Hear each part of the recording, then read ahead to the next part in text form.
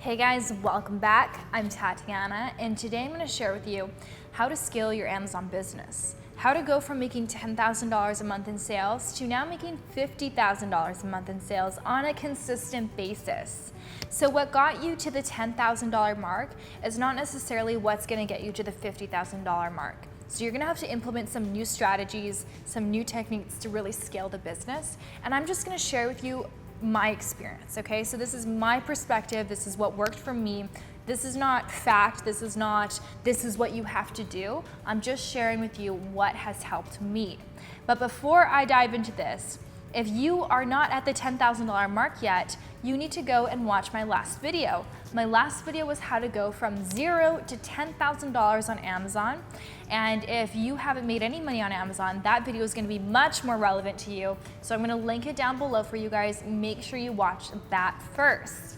Okay, so the first and most important thing is setting those goals. So if you've already made that $10,000 mark on Amazon, good for you, congratulate yourself, feel proud about that. I'm sure that you had a vision, I'm sure that you set goals for yourself, and if you didn't, then now is the time to set those goals, okay? Goal setting is just so important. This has been a valuable lesson in my journey. Before I ever set goals, I was very limited. I was limited by my own mind, subconsciously not really aiming higher, not really pushing myself, not stretching myself, not wanting to be out of my comfort zone.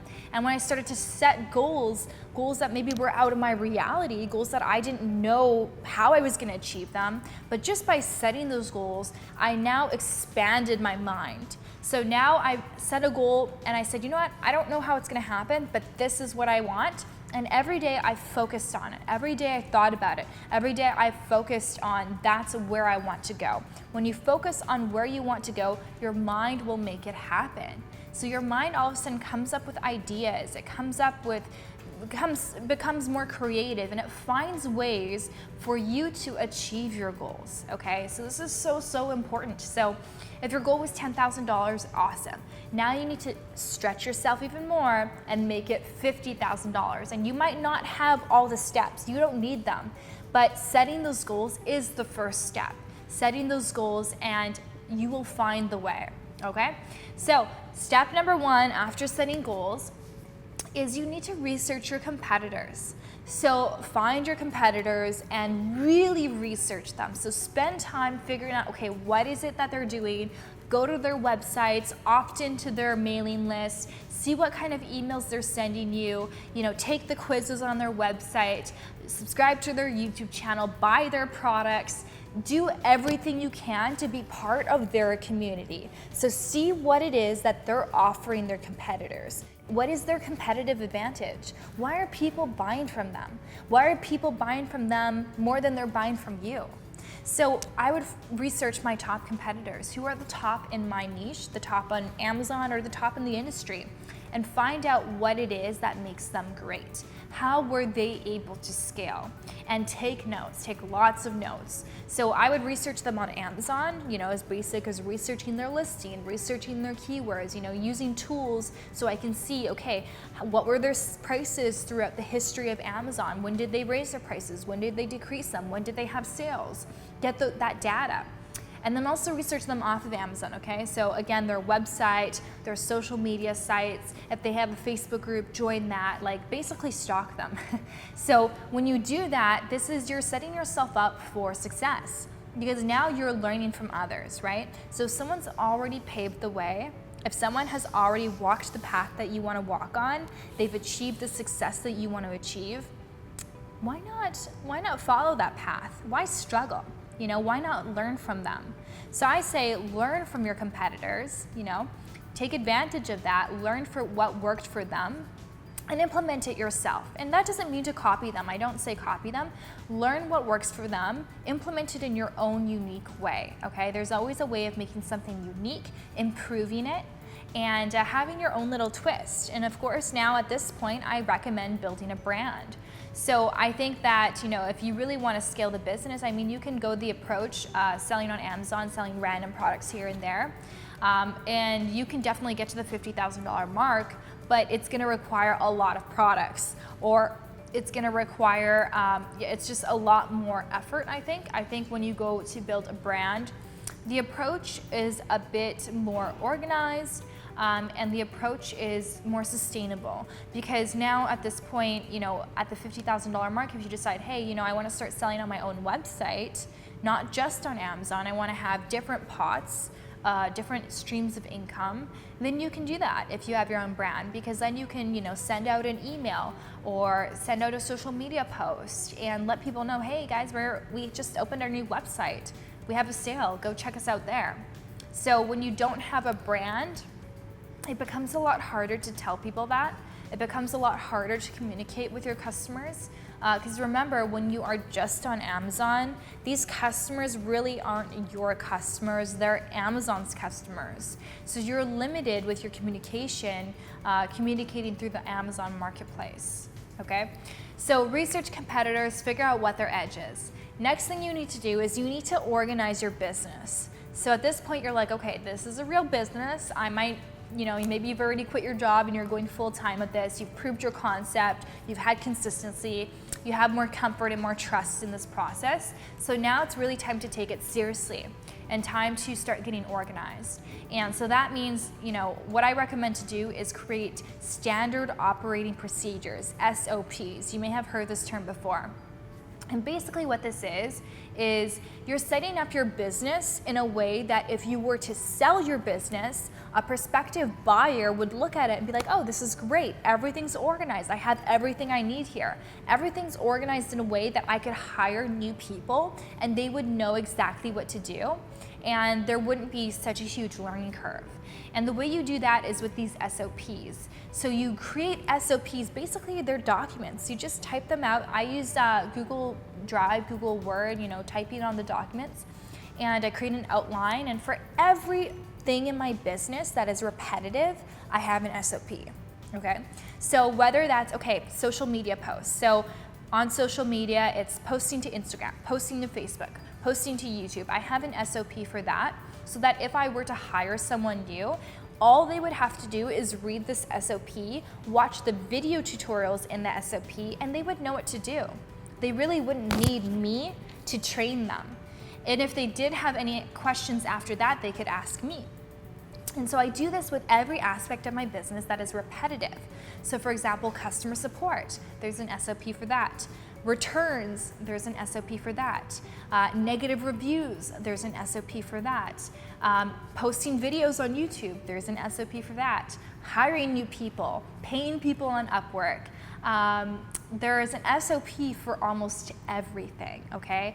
And you always want to set your business up, even if you never want to sell your business, you want to set it up from the beginning in a way that it would be easy to sell, okay? So be as organized as possible right from the beginning, and these SOPs are really what prospective buyers look for because it helps them when they take over your business, okay?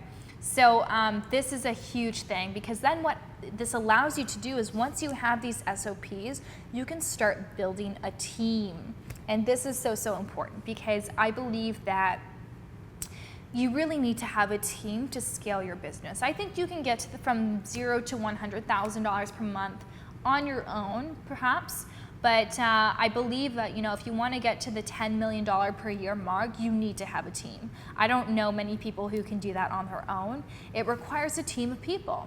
There's no I, there's we. I don't know how that expression goes, but you know what I mean, right? So you need a team. You need people to support you, to support the business, support the mission, and work with you. And so that's why step number 4 is to build your team, okay? So building your team does not necessarily mean hiring people within your local vicinity full time. That can be quite an expensive thing for you to do at this stage, at the $10,000 mark.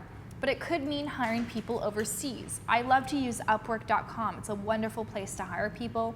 You can hire people overseas for a fraction of the cost. For them, it's a great income, and they're amazing people. They work really hard. They know they're masters at their craft, and they know what they're doing.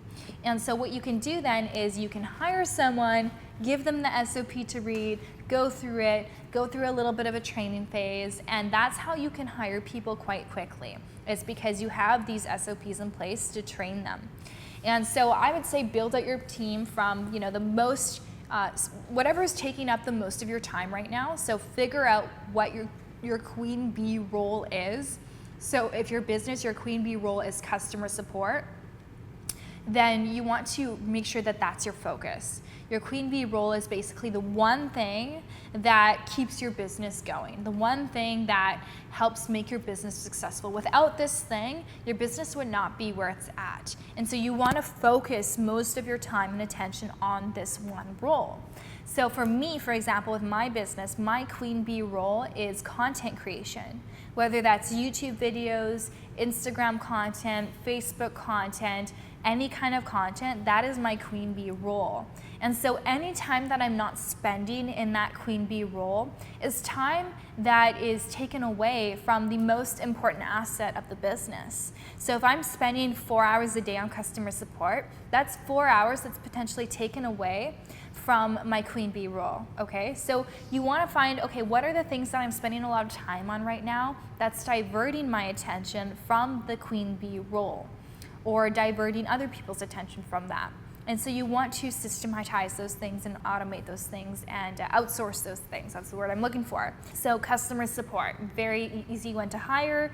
You can find some great people to help you with that, systematize that, get that down. And customer support is one of the most important roles in any business, in any kind of retail business, any sales business. You need to have good customer support because that's what people look for. They want that interaction. If they need help, they want someone to be there to support them.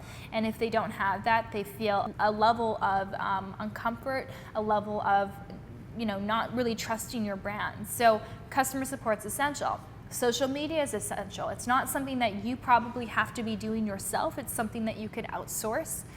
So finding these different things that you can outsource, that's going to enable to free up your time so that you can better focus on the high leverage tasks, the ones that are going to grow your business instead of just maintaining your business, okay? So every day, if you can focus on maybe like 1 or 2 key major things that are going to grow your business, then with time that compounds, and that's how you get from the $10,000 to the $50,000 mark. It's every day working on those high leverage projects, okay? And the only way you can do that is when everything else, the foundations, are taken care of. Okay, number 5 is advertising.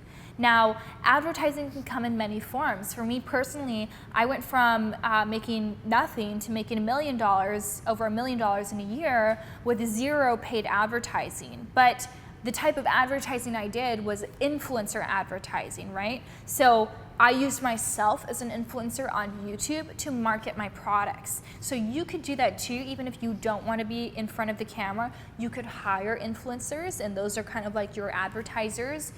So that's called influencer marketing. There's also paid advertising, which you can do on Google, on Facebook, Instagram ads, YouTube ads. There are many ways to advertise your products. But from, you know, my experience and many people who I've spoken to, it's quite tough to go from 0 to the 50,000 mark without really using any kind of advertising, unless, you know, like myself, it was the special scenario where I'm using myself, I'm leveraging my own influence, okay?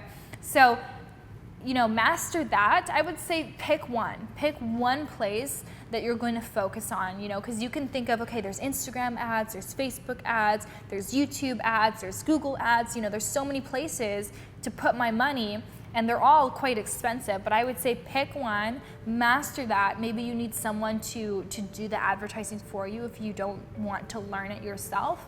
And start there, and then start seeing what those returns are, see if it's paying off, and then if it is, move on to the next medium. And then a side note for advertising is really using video. I think video is really what converts really well these days. I think with video, people feel this level of transparency. You're able to communicate your message a lot more fluidly. So whenever possible, instead of just having like a static image, use video content. I think that will convert really, really well for you, especially when you're selling a physical product. And then number 6 is to constantly improve your product. So the only way that you will grow is if you have a great product. If you have a product that's not really that high quality, you might get to the $10,000 mark, but eventually it's gonna bite you in the ass. Eventually people, the word's gonna get around that it's not a good quality, that it lasts, a couple months and it breaks down. Eventually it's gonna come back to you. So you want to make sure that every time you get an opportunity to improve the product, you do that. And so constantly improve it, customize it, find ways to differentiate yourself. And obviously with the more money that you have, the more money in the bank, you're able to invest more into the product quality. So honestly, that's it. That's kind of what it takes to go from the $10,000 to the $50,000 mark. It's really not that much. It's more the consistency, I think. I think that a lot of people kind of drop off with their consistency once they're at the $10,000 mark, but it gets a lot easier. If you are at the $10,000 mark right now, just know that to get from $10,000 to $50,000, in my opinion, is easier to get from $0 to $10,000. It just gets easier. It's called the compound effect. There's a book by Darren Hardy called The Compound Effect, another good one called The Entrepreneur Roller Coaster. Highly recommend reading those books. But basically that's what it is. It's just the effort that you put in, day out, it compounds over time and eventually it pays off. There's a big return on your work and on your investment. So hopefully you liked this video, guys. Please thumbs up if you did. Don't forget to subscribe and hit that bell symbol if you haven't already so you can get notified of my videos and you never miss a good one. I'll see you guys in the next video, and comment below if you have any questions at all. Hey, thank you so much for watching. I really hope that you enjoyed this video. Please subscribe to my channel, and if you've already subscribed, there's this little gray bell symbol. If you hit that, then you're gonna get notified when I release new videos. And if you wanna keep watching, I've handpicked these 2 videos for you to watch right here.